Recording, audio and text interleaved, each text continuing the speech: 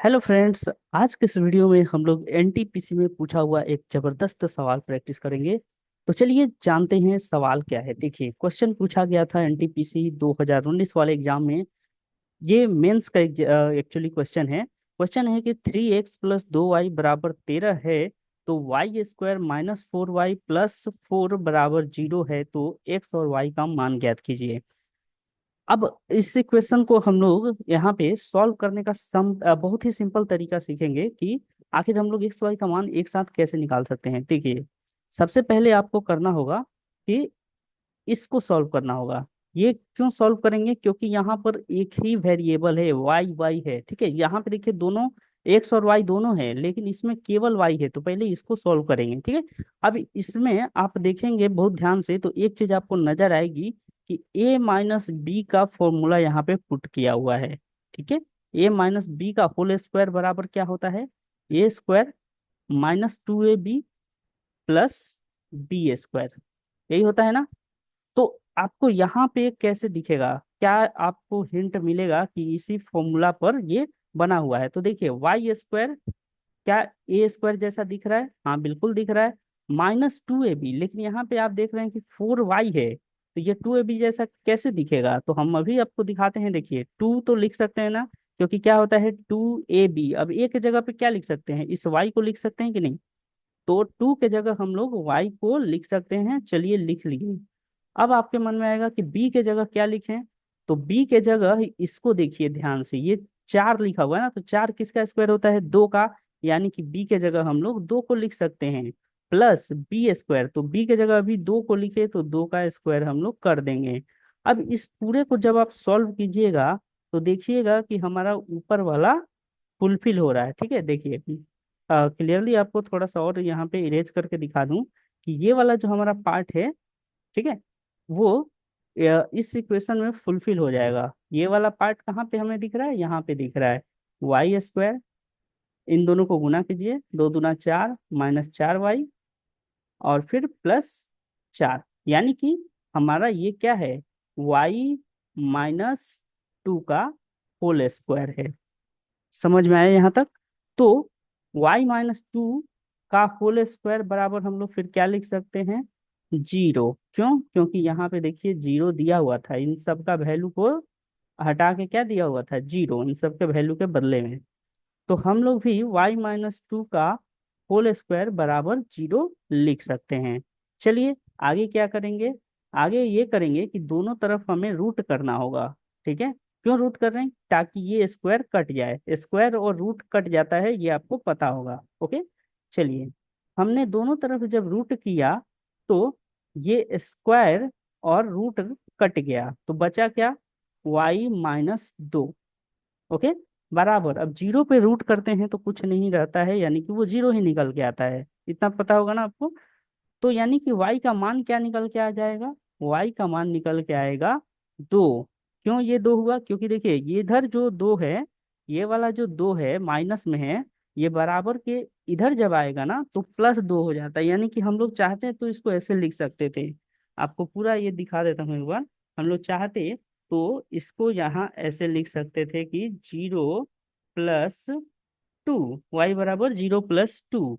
तो क्या निकल के आता? y = 2, यानी कि सिंपल सा y का मान 2 आता। अब इस y के मान 2 को क्या करेंगे? अब इस वाले इक्वेशन में हम लोग बैठा देंगे, 3x + 2y = 13। ओके, चलिए सॉल्व करते हैं। 3x + 2y = 13।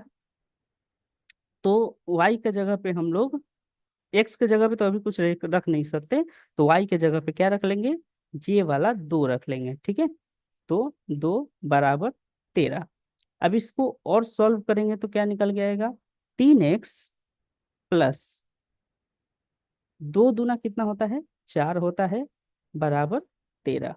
अब देखिए यहाँ पे भी +4 आ गया। +4 जो है उधर ले जाना होगा। क्यों? क्योंकि एक्स का मान निकालना है।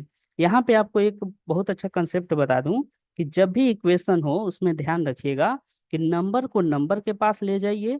ठीक है, नंबर को नंबर, ये नंबर है ना 4, और 13 भी नंबर है, तो नंबर को नंबर के पास ले जाइए, अल्फाबेट को अल्फाबेट के पास लाइए। मतलब अगर मान लेते हैं कि इधर प्लस एक्स रहता, तो यहाँ पे एक्स है और इधर भी एक्स है, तो एक्स वालों को एक साथ कीजिए, नंबर वालों को एक साथ कीजिए, ठीक है।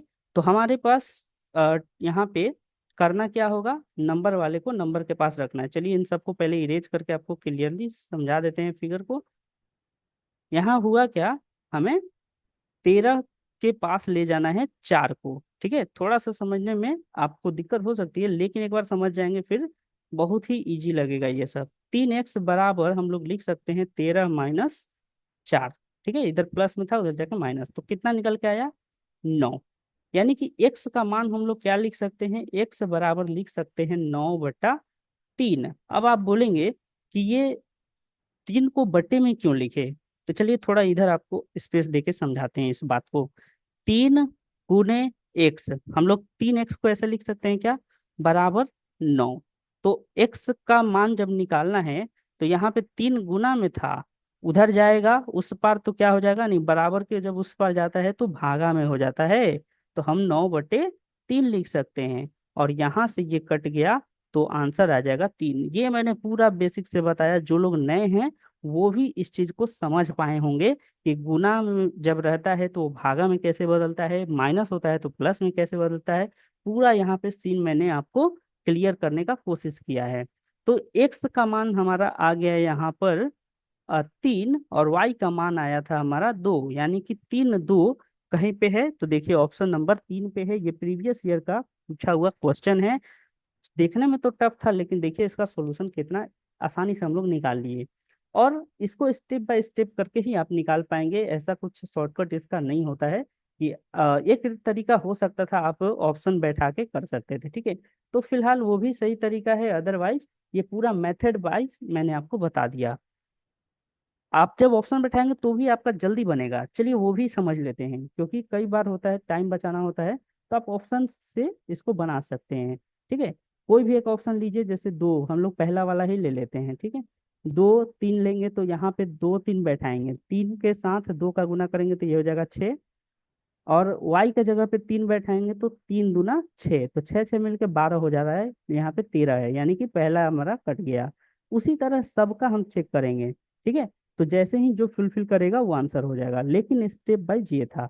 उम्मीद करते हैं दोस्तों आपको ये पूरा मेथड समझ में आया होगा। अगर वीडियो अच्छा लगा तो लाइक शेयर जरूर कीजिए, और आगे आने वाले वीडियो के लिए चैनल को सब्सक्राइब जरूर कर लें। Thank you.